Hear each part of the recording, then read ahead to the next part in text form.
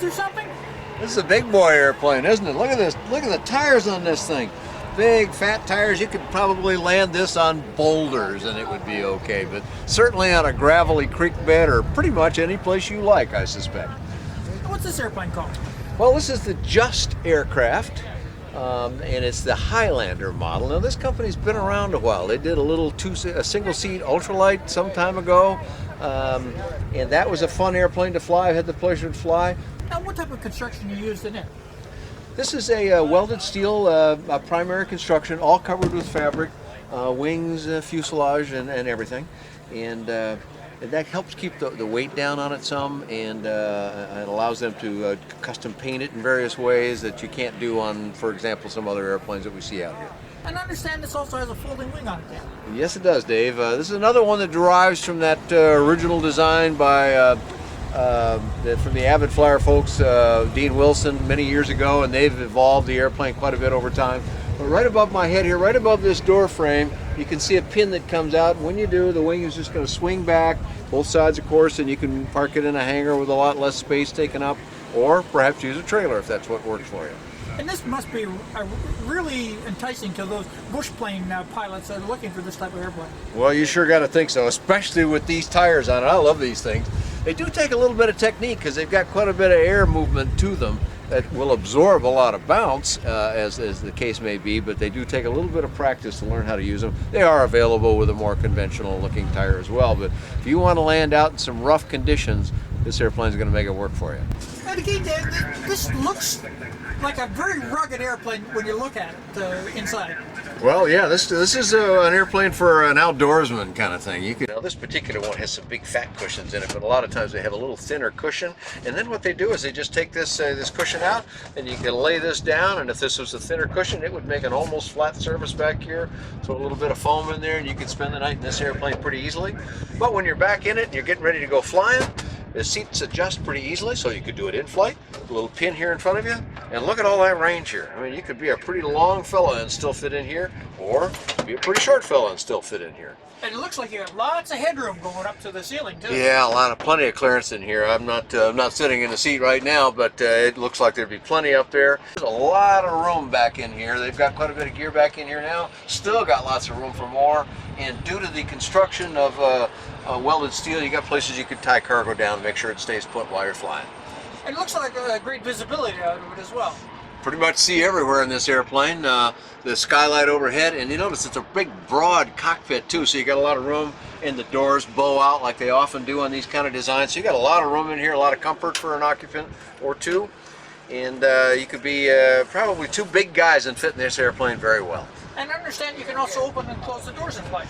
Yeah, they tell us at any speed you can pop these doors open, which for an old ultralight pilot like myself sounds like a lot of fun to me. And also, you can put this airplane on floats too, of course, if you choose to do that. And if you did, now you've got access out both sides, and you can have the door open when you come in and land, be ready to do what you need to do. And control system, what type of controls are they using on it? Well, this one's a little different than some of the other ones that look sort of like this design. It's got joysticks on both sides, and if you can see over my shoulder here, it's moving the ailerons, but they're discrete ailerons, so you've got separate flaps, which is a handle right here in the center of the aircraft with a detent button, and then just move the flaps up to the positions you want them. They click firmly into place, as you can probably hear. And they again look like barn door flaps. They must really slow this airplane down. Well, they tell us that this particular one will stall at about 24 miles an hour, but the number they normally put out is 27. Either number is mighty low, so you could get this airplane in and out of a 200-foot strip, they say. Now, what kind of power are we using on this? This one uses the Rotax 912, 100 horsepower engine in it, and combined with a high lift airfoil, you can see the curvature to the lower side of the surface here. It's got what's called under camber, meaning that it's going to work really well at low speeds, and that's what gives that low speed stall to it, but it's also what allows it to fly off of a very unimproved strip with these giant tires, but also a very short one, even with conventional tires. And what kind of cruise speed and that type of thing would you have on it? Well, this is not going to be one of your faster airplanes, but it'll cruise all day long at about 100 miles an hour. I saw it climbing out here the other day, and I mean, it was a homesick angel when it left the ground. Just really shoots up in the air. Doesn't surprise me for a bit. Again, the shape of that wing, the construction of it, and what this airplane was designed for in the first place would be that kind of get up and out of a short strip. Maybe when you're out fishing or hunting or doing something with your airplane, this airplane is going to get you out of wherever you got into pretty easily. And where's the fuel located at? Fuel's located in the wings here, and there's an interesting thing. I don't know if your camera will show it too well, but if you look over my head here into the wing root, there's a piece of fiberglass up here that is somewhat clear. And they said, you know, if you kind of shake the wings, I don't know if that's showing or not. It may not, because it looks a little dark in there. But I can see, as I look back over you, the same features on that side, I can see very easily how much fuel there is in that wing. No problem whatsoever. So the human eye can sometimes do what the camera may not be showing us. In this airplane here, you see they've equipped it with the Stratomaster from MGL Avionics. That's a South African brand. It has one of the nicer displays that I've seen, but one of the things I particularly like about it is instead of having a whole row of black buttons that you don't know what they're for, these are all nicely identified, and it's black on white so you can see it in a low light condition.